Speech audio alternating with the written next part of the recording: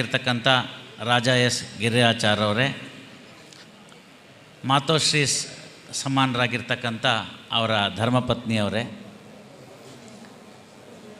ಕಲಿಯುಗದ ಕಾಮಧೇನು ಕಲ್ಪತರು ರಾಘವೇಂದ್ರ ಮಠದ ಅಭಿನವ ರಾಘವೇಂದ್ರರು ಅಂತ ಕರೆಸ್ಕೊಂಡಿರ್ತಕ್ಕಂಥ ಶ್ರೀ ಶ್ರೀ ಶ್ರೀ 108 ಶ್ರೀ ಸುಬುಧೇಂದ್ರ ತೀರ್ಥ ಶ್ರೀಪಾದಂಗಳವರ ಅಡಿದಾವರೆಗಳಲ್ಲಿ ಶಿರಸಾಷ್ಟಾಂಗ ನಮನಗಳನ್ನು ಸಲ್ಲಿಸ್ತಾ, ಈ ದಿವಸ ನನ್ನ ಜೊತೆಗೆ ಗೌರವ ಡಾಕ್ಟರೇಟ್ ಪದವಿಯನ್ನು ಪಡೆದಿರ್ತಕ್ಕಂಥ ಹಿರಿಯರಾಗಿರ್ತಕ್ಕಂಥ ಮಿತ್ರರಾಗಿರ್ತಕ್ಕಂಥ ಶ್ರೀ ಕೆ ಎನ್ ಪಣೀಂದ್ರ ಆದಿಯಾಗಿ ಇನ್ನಿತರ ಎಲ್ಲ ಪದವಿಯನ್ನು ಹೊಂದಿರತಕ್ಕಂಥವರೇ, ಈ ಒಂದು ಯೋಗ ಮತ್ತು ಸಂಸ್ಕೃತಂ ಯೂನಿವರ್ಸಿಟಿ ಫ್ಲೋರಿಡಾ ಅದರ ವೈಸ್ ಚಾನ್ಸಲ್ ಹಾಗೂ ಅವರ ಎಲ್ಲ ಸಿಬ್ಬಂದಿ ವರ್ಗದವರೇ, ವೇದಿಕೆ ಮುಂಭಾಗದಲ್ಲಿ ಆಸೀನರಾಗಿರ್ತಕ್ಕಂಥ ಎಲ್ಲ ರಾಯರ ಭಕ್ತರೇ, ಸಮಯ ನನ್ನ ಕೈಯಲ್ಲಿಲ್ಲ ಇವತ್ತು. ಇಲ್ಲದಿದ್ದರೆ ಬಹಳಷ್ಟು ವಿಚಾರಗಳನ್ನ ಹಂಚಿಕೊಳ್ಳೋದಂಥದ್ದಿತ್ತು. ತಾವೆಲ್ಲ ಕೇಳಿದಿರಿ. ನಮಗೆ ವಹಿಸಿಕೊಟ್ಟಂತಹ ಇವತ್ತು ಒಂದು ಪ್ರಮಾಣ ಏನಿತ್ತು ಅಂತಂದರೆ, ಓತ್ ಅನ್ನೋದೇನಿತ್ತು ಅಂತಂದರೆ, ಯೋಗವನ್ನು ಭಗವದ್ಗೀತೆಯನ್ನು ನಾವು ಎತ್ತಿ ಹಿಡಿತೀವಿ ಅಂತಕ್ಕಂಥ ಒಂದು ವಿಚಾರವನ್ನು. ಅಲ್ಲಿ ಭಗವದ್ಗೀತೆಯಲ್ಲೇ ತಾವು ನೋಡಿದ್ದೀರಿ, ಹಲವಾರು ಯೋಗಗಳನ್ನ ಹೇಳಿದ್ದಾರೆ. ಅಷ್ಟಾಂಗ ಯೋಗಗಳು ಫಿಸಿಕಲಿ ಅಂತಾಯಿತು ಅಂತಂದರೆ, ಭಗವದ್ಗೀತೆಯಲ್ಲಿ ಸಂಬಂಧಪಟ್ಟಿರ್ತಕ್ಕಂಥ ಯೋಗದ ವಿಚಾರಗಳೇ ಹಲವಾರುಗಳು. ಕರ್ಮಯೋಗ ಇರಬಹುದು ಅಂತ. ಅದರಲ್ಲಿ ಬಹಳ ಮುಖ್ಯವಾಗಿ ಇವತ್ತು ಬೇಕಾಗಿರ್ತಕ್ಕಂಥದ್ದು ಧರ್ಮಯೋಗ ಮತ್ತು ಕರ್ಮಯೋಗ. ಧರ್ಮಯೋಗ ಏನು ನಮಗೆ ಹೊರತಾದಂಥದ್ದಲ್ಲ. ಸುಪ್ರೀಂ ಕೋರ್ಟ್ನ ಜಜ್ಮೆಂಟಲ್ಲೇ ಕೂಡ ಅದನ್ನು ಸ್ಪಷ್ಟವಾಗಿ ಹೇಳಲ್ಪಟ್ಟಿದೆ. Dikshitulu versus state of Andhra Pradesh ಅಂತಕ್ಕಂಥ ಒಂದು ಸುಪ್ರೀಂ ಕೋರ್ಟಿನ ಜಜ್ಮೆಂಟಲ್ಲಿ ಧರ್ಮ ಅಂದರೆ ಏನು ಅಂತ ಹೇಳುವಂಥ ಸಂದರ್ಭದಲ್ಲಿ ಧಾರಯೇ ತಿಥಿ ಧರ್ಮ ಅನ್ನೋದನ್ನು ಭಾಗವನ್ನು ತೆಗೆದುಕೊಟ್ಟ ಅವರು ಅದನ್ನು ಸಸ್ಟೈನೆನ್ಸ್ ಆಫ್ ದಿ ಸೊಸೈಟಿ ಅಂತ ಹೇಳಿದ್ದಾರೆ. ಧರ್ಮ ಯಾವುದು ಅಂತ ಹೇಳಿದ್ರೆ ಸಸ್ಟೈನೆನ್ಸ್ ಆಫ್ ದಿ ಸೊಸೈಟಿ ಅಂತ ಹೇಳ್ತಾರೆ. ಅಂದರೆ ಸಮಾಜವನ್ನು ಕಟ್ಟಿಡ್ತಕ್ಕಂಥದ್ದು, ಎತ್ತಿ ಇಡತಕ್ಕಂಥದ್ದು ಆಗಿರಬೇಕು ಅಂತ. Well being of the society ಅಂತ ನೆಕ್ಸ್ಟ್ ಪಾಯಿಂಟು. ಅದಾದಮೇಲೆ ಶಾಂತಿ ಮತ್ತು ಸುವ್ಯವಸ್ಥೆ ಇವುಗಳನ್ನ ಕಾಪಾಡ್ಕೊಂಡು ಹೋಗ್ತಕ್ಕಂಥದ್ದು. ಅದರ ವಿವರಣೆಗಳಿಗೆ ನಾನು ಹೋಗ್ತಾ ಇಲ್ಲ, ಸಮಯಾವಕಾಶ ಕಡಿಮೆ ಇರೋದರಿಂದ. ಆದ ಕಾರಣ ಧಾರಯೇ ತಿಥಿ ಧರ್ಮ ಅಂತ ಹೇಳಿರ್ತಕ್ಕಂಥದ್ದನ್ನು ನಾವು ಇಂಗ್ಲೀಷ್ ಟ್ರಾನ್ಸ್ಲೇಷನ್ ಮಾಡುವಾಗ ಧರ್ಮವನ್ನು ರಿಲಿಜಿಯನ್ ಅಂತ ಮಾಡ್ಕೊಂಬಿಟ್ವಿ. ಇದು ಮೊದಲನೇ ನಮ್ಮ ತೊಂದರೆ ಉಂಟಾಗಿದ್ದು. ಧರ್ಮ ಅನ್ನೋ ಪದಕ್ಕೆ ಪ್ರಪಂಚದ ಇನ್ಯಾವ ಭಾಷೆಯಲ್ಲೂ ಸಮಾನಾಂತರ ಪದ ಇಲ್ಲ. ಅದಕ್ಕಾಗಿ ಈ ತಾಕ್ಲಾಟ ಪೀಕ್ಲಾಟ. ಆದ್ದರಿಂದ ಯಾವುದು ಸಮಾಜಕ್ಕೆ ಒಳ್ಳೆಯದೋ ಸಮಾಜವನ್ನು ಎತ್ತಿ ಹಿಡಿತಕ್ಕಂಥದ್ದು, ದೀನ ದಲಿತರನ್ನು, ದುರ್ಬಲರನ್ನು, ಎಲ್ಲರನ್ನು ಸಮಾನವಾಗಿ ಕಾಣ್ತಕ್ಕಂಥದ್ದು. ಅಹಂ ವೈಶ್ವಾನರೋ ಭೂತ್ವ ಪ್ರಾಣಿನಾಂ ದೇಹಮಾಶ್ರಿತಃ ಪ್ರಾಣಾಪಾನ ಸಮಾಯುಕ್ತಂ ಪಚಾಂ ಅನ್ನಂ ಚತುರ್ವಿಧಂ ಅಂತ ಯಾವ ಕೃಷ್ಣ ಹೇಳಿರ್ತಕ್ಕಂಥದ್ದು. ಅಂತಹ ಮಾತಿನಲ್ಲಿ ಪ್ರತಿಯೊಬ್ಬರಲ್ಲೂ ಭಗವಂತನಿದ್ದಾನೆ ಅಂತ ಕೇಳ್ಕೊಳ್ತಕ್ಕಂಥದ್ದು, ಕೇಳಿ ಅದನ್ನು ತಿಳ್ಕೊಳ್ತಕ್ಕಂಥದ್ದು, ಅದನ್ನು ಆಚರಣೆಗೆ ತರ್ತಕ್ಕಂಥದ್ದು, ಇದು ಆಗಬೇಕು. ಭಾಳಷ್ಟು ನಾವು ಇವತ್ತು ಉಪನ್ಯಾಸಗಳನ್ನು, ಹಲವಾರು ವಿಚಾರಧಾರೆಗಳನ್ನು ನಾವು ಕೇಳಿಬಿಟ್ಟಿದ್ದೀವಿ. ಹೇಳೋದೆಲ್ಲ ಹೇಳಾಗಿದೆ. ಇನ್ನೇನಿದ್ರು ಅನುಷ್ಠಾನ ಮಾತ್ರ ಬಾಕಿ ಅಂತ, ಆಚರಣೆ ಮಾತ್ರ ಬಾಕಿ ಅಂತ. So the whole world now is suffering not because of violence of many, but it is suffering because of the silence of many.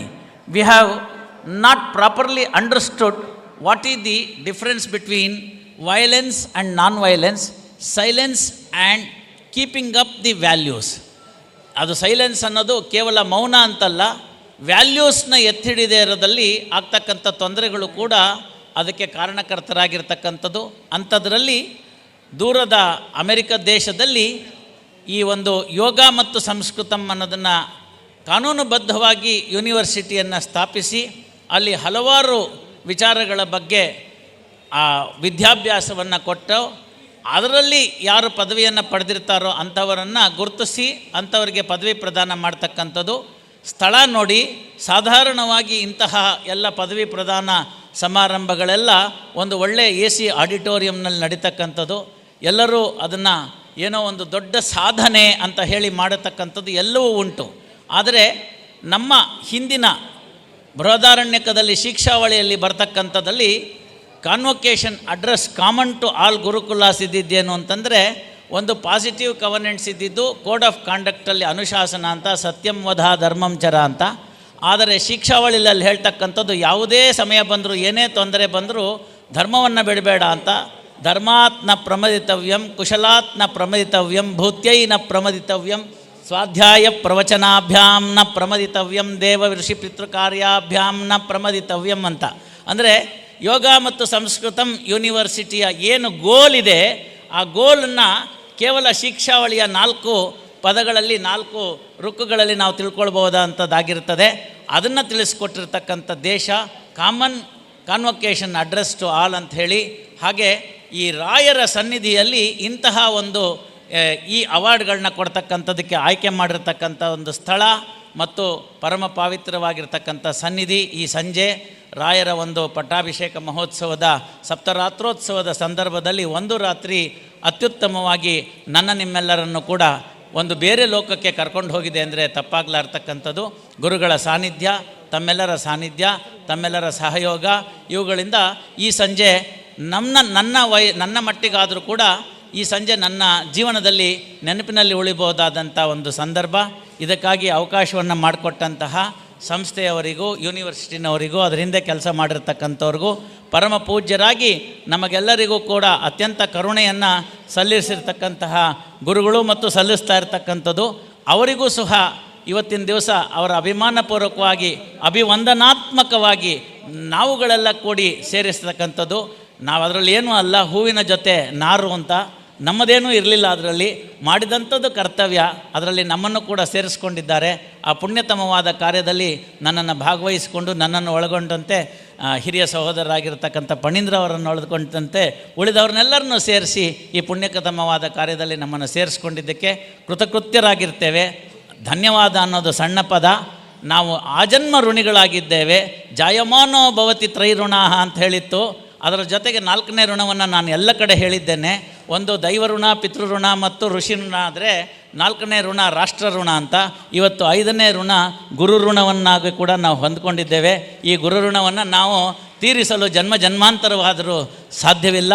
ಆದ ಕಾರಣದಿಂದ ನಮ್ಮನ್ನೆಲ್ಲ ಕೃತಕೃತ್ಯರನ್ನಾಗಿ ಮಾಡಿದ್ದಕ್ಕೆ ಒಂದೇ ಮಾತು ಹೇಳ್ಬೋದಾದೆ ಅಂತಂದರೆ, ಅನಂತ ಶಿರಸ ಅಷ್ಟಾಂಗ ನಮನಗಳನ್ನು ಗುರುಗಳ ಮುಖೇನ ಶ್ರೀ ರಾಯರಲ್ಲಿ ಸಲ್ಲಿಸ್ತಾ, ತನ್ಮುಖೇನ ಶ್ರೀಮನ್ನಾರಾಯಣನಲ್ಲಿ ಎಲ್ಲ ನಮ್ಮ ಅಭೀಷ್ಟಗಳನ್ನು ಮತ್ತೊಂದುಗಳನ್ನು ಸಲ್ಲಿಸ್ತಾ, ಲೋಕಾ ಸಮಸ್ತ ಸುಖಿನೋ ಭವಂತು, ಸಮಸ್ತ ಸನ್ಮಂಗಳಾನಿ ಭವಂತು.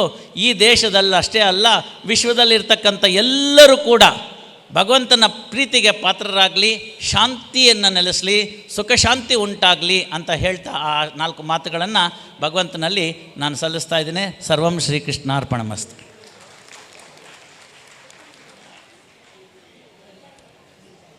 ಅತ್ಯಂತ ಉತ್ತಮವಾಗಿ ಗೌರವವನ್ನು ಸ್ವೀಕರಿಸಿದಂಥ ಜಸ್ಟಿಸ್ ಶ್ರೀಶಾನಂದ ಅವರು ಅತ್ಯಂತ ಉಚಿತವಾದ ಮಾತುಗಳನ್ನು ಎಲ್ಲರ ಪರವಾಗಿ ಆಡಿದ್ದಾರೆ. ಅವರಿಗೆ ಧನ್ಯವಾದಗಳು.